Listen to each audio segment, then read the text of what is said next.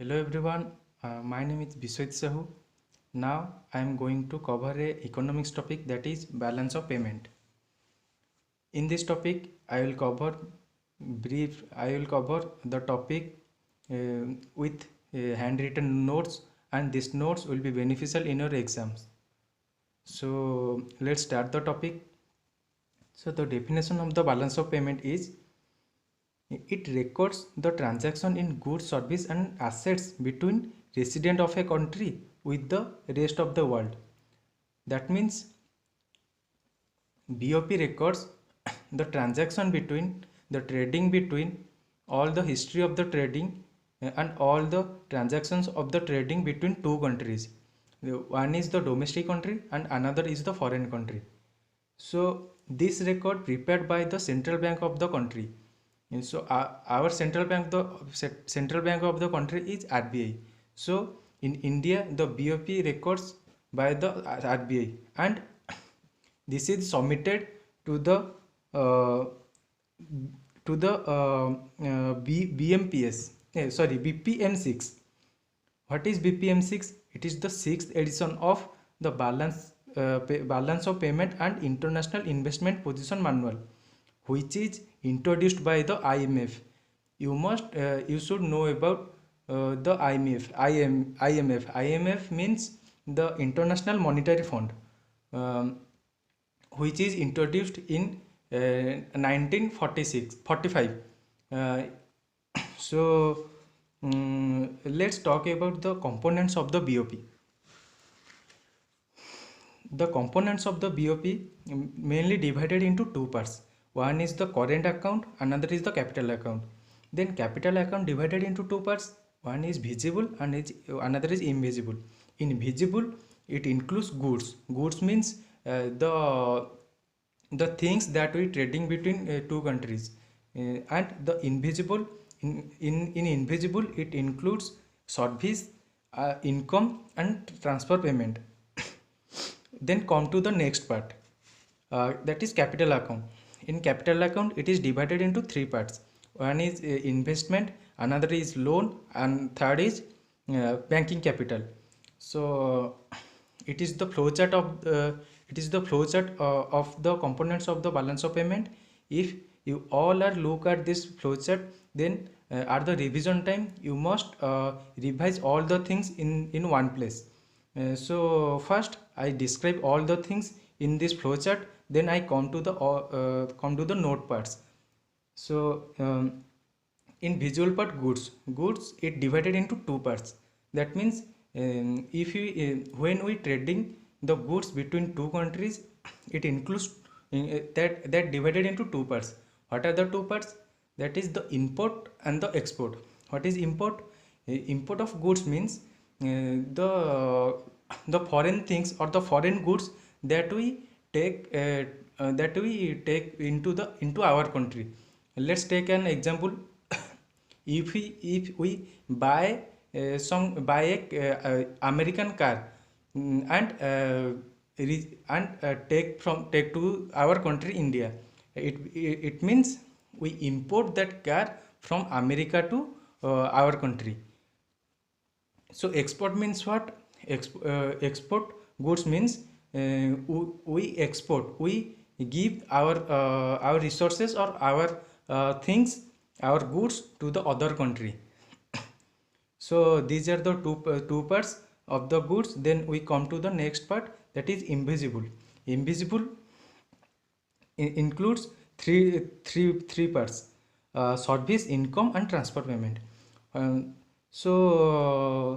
Later we discuss about in the written part. In the note part we discuss all the things, and we also discuss about capital account, investment, loan, banking capital. So let's start the current account. So the current account, what is the current account?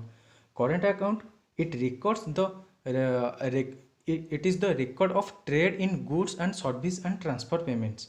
So as I say before, trade in goods include exports and imports of goods. So trade in service include factor what are the type of the trade in service. These are the factor income and non-factor income transactions. So I'll discuss the factor income and non-factor income later. Here then come to the next part, that is transfer payment. Transfer payment are the receipts which the residents of a country get for free without having to provide any goods and service in return. What does that mean? That means without doing any service for others, we take some gifts or some remittance or some grants. That means when we give a gift to others in free, if we go to a marriage, then we take some gifts for them without knowing that we can accept or we can take anything from his side. So that means we can't assure or we can't know that can we take something from others without knowing that we give some gifts to him. So that is called transfer payment. So basically transfer payment, which is the resident which the resident of a country get for free without having to provide any goods or services in return. In return they can't provide anything. Okay, then come to the next part, that is buying of foreign goods. So buying of foreign goods means that yes, as I say before, buying of foreign goods means import. That is the that expenditure for the buying country. If we buy something from America, then we must expenditure our currency and buy the goods from foreign. So that is called import. And next is the selling of domestic goods, that is export. In that is income for the domestic country. So selling of a domestic good means that I say before, that as I say before, we sell something from our country. So that means we take some currency or we take some money from the foreign. So that is the income for the domestic country, that is the income for our country. That's why we called it export. So as we see in the flow chart, the current accounts are divided into two parts, and these are the parts, the balance of trade, that is the visible, and the balance of the invisible. So what is the balance of trade? So the balance of trade is the difference between the goods of export and the values of import of goods of a country in a given period of time. So what is the meaning of that? It is the difference between values of export. Means what are the goods we import and what are the goods we export. It is the difference between these two things. So BOT is said to be balanced between export of goods are equal to the import of goods. So when BOT is balanced, then if the export of the goods and the imports of the goods are equal, that means the amount of goods we export and the amount of goods we import, if these two things are equal, then the BOT is balanced. So BOT is of two types. When the export is more than import, if we take more than give, then it is called surplus BOT. So basically surplus BOT means the export goods is more than the import goods, and the vice versa of the surplus BOT is the deficit of BOT. That means the import of goods is more than the export of goods. So I hope you all are understand that these things. Then we come to the next part, that is balance of invisible. So what is the balance of invisible? or we called it net invisible. So net invisibles is the difference between the values of exports and the values of imports of invisible. So what is the meaning? This is the same meaning that is we see in the balance of trade. uh, here is the definition, that is the difference between the export and the import of the invisible invisible goods in the invisible things in the country in a given period of time. uh, why we see that the a given period of time? Because in every year it is calculated, and so that we write the a given period of time. So invisible includes the components and the factor include in the invisible, that are services, transfers, and the flow of income uh, that takes place between different countries. That the service transfer and the flow of income that takes place between two countries or more than countries. So the service trade includes both factor and non-factor income. So what are the factor income? Means that these service things, this service trade includes factor and non-factor. What are the factor income? Factor income is the earning from factor of production. So what are the factor of production? The factor of productions are labor, land, and capital. So how we earn from labor, land, and capital? Let's take an example. If you set a company in a area, then you must buy some land uh, and take some employee or take some labor from for your company, so that you take some money from others or take some money from banks. So if we separate the things that we need for set a company, then we need a labor for work, then we need land to set up the company, and we need capital to buy something or to give the wages of the labor or to give the rent of the land. So how we learn how we earn from these factors? From labor we give the wages, and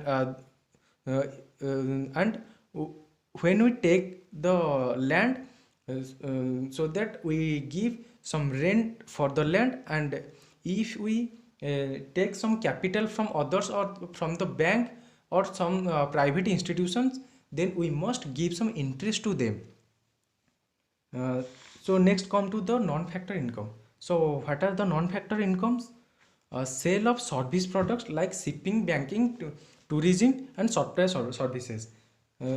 So basically this means the rest of the income that include in these things. So capital account, what is then we come to the capital account section. The capital account records all international transactions of assets.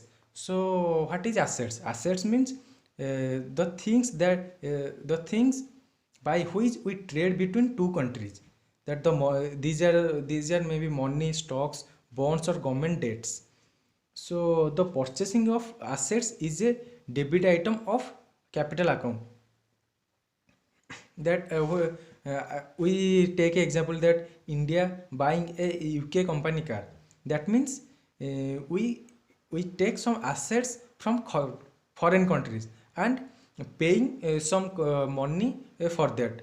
So I we conclude that for purchasing assets we expenditure our money. Like that, a sale of assets, like the sale of share of an Indian company to the American customers, is a credit item on credit item on capital account. So here you understand that as purchase of assets is the expenditure of the country, so the sale of the assets is the income of the country. So then we come to the next part, that is the items of current capital account transaction. So what is the items of the capital account transaction? These are of two types, that is FDI and FPI. FDI is a foreign direct investment, and FPI is foreign portfolio investment. Sorry. Okay. The items of CA transaction, or the capital account transaction, is FDI, FPI. What is FDI? FDI is the foreign direct investment, and FPI is the foreign portfolio investment. So here you all, I just want to, I just introduced a rule that in which you understand the FDI and FPI betterly. So here is the 10% rule. What is 10% rule? Let's let's say foreign company A having trade with the domestic company, that takes an example, the Indian company B. Okay, and it it takes the share of the, it invests some money, let example, it invest some money, that is the 20% share of the B company. Okay, let's so what we see, that A is the foreign company that invests some money and buying 20% share of the B company. It is the foreign company, it is the domestic company.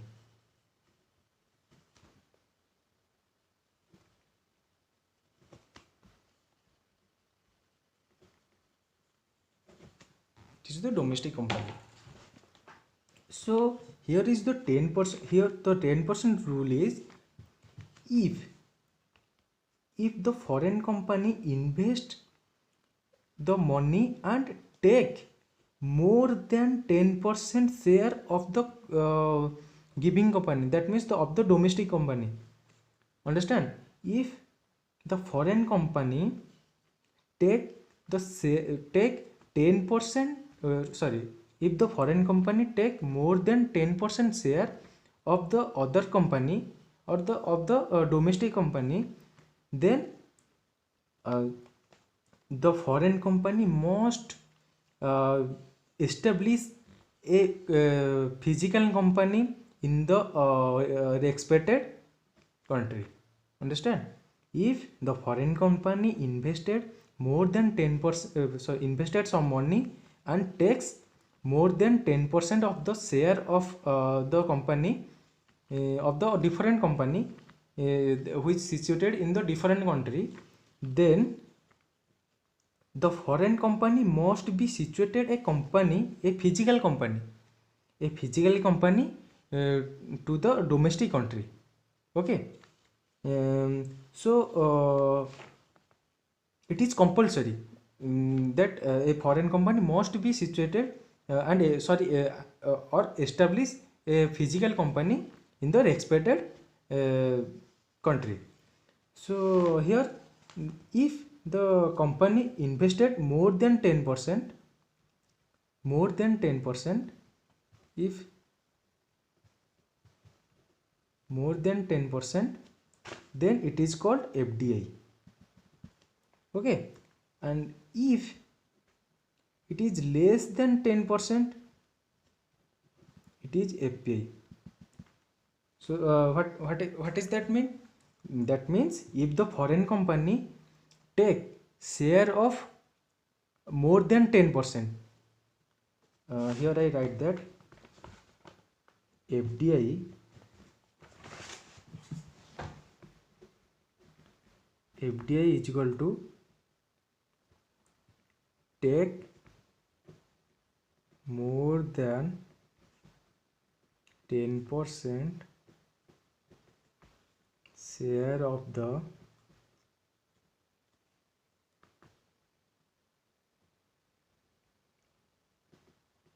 other country company, and FPI is the take less than 10% share of the share of other country company.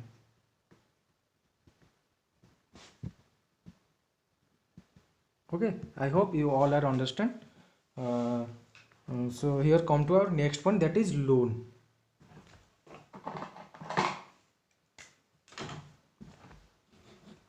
That is loan. So what is loan? The in We see there are three parts. One is the investment. The second is in the capital section. Okay, in the currency. In the capital account, sorry, in the capital account, there are three things: investment, loan, and banking capital. So we complete the investment section, and here the loan section. In loan section, there are two types. One is sovereign debt. What is sovereign debt? If the government takes some debt from foreign countries, um, that is sovereign debt. And what is the external commercial borrowing? External commercial borrowing means it is an instrument that helps Indian firms and organizations to raise funds from outside India in foreign currency. So it is an instrument that helps India funds and organization to raise funds from outside Indian in foreign currency. So the total meaning of the external commercial borrowing is for our company, we take some money from foreign company or the other country company, that we call the external commercial borrowing. So there are two routes to follow the external commercial borrowing. So what are the two routes? That is, one is the approval route, and other is the automatic routes. So what is the approval routes? Approval route means permission required to invest through these routes. Um, that means if we go through approval routes, then we need some permissions from government to invest some money to the country, to the country's company. So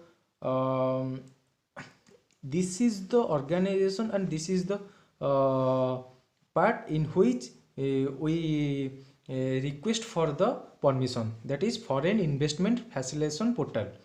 In this portal we request for the permission.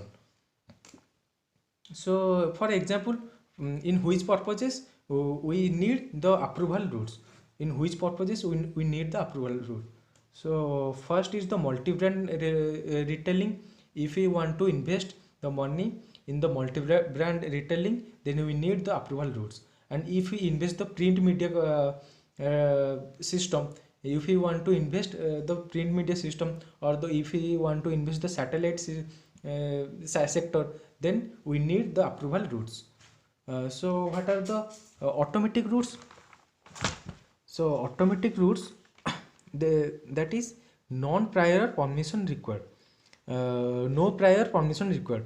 Only follow the norms. That means we don't need any permissions from governments, but we follow some norms that provide from the sector, norms and conditions that provide from the sector. So what are the example in which we don't follow the government rules and follow the automatic rules? So these are the sections: that the medical device, the insurance, pension, railway infrastructure. In these routes we don't in these sectors we don't need government approval. We just invest our money, or the foreigners invest their money into these sectors. Okay, just listen carefully. These are the approval route and automatic routes are only for the foreigners. Okay.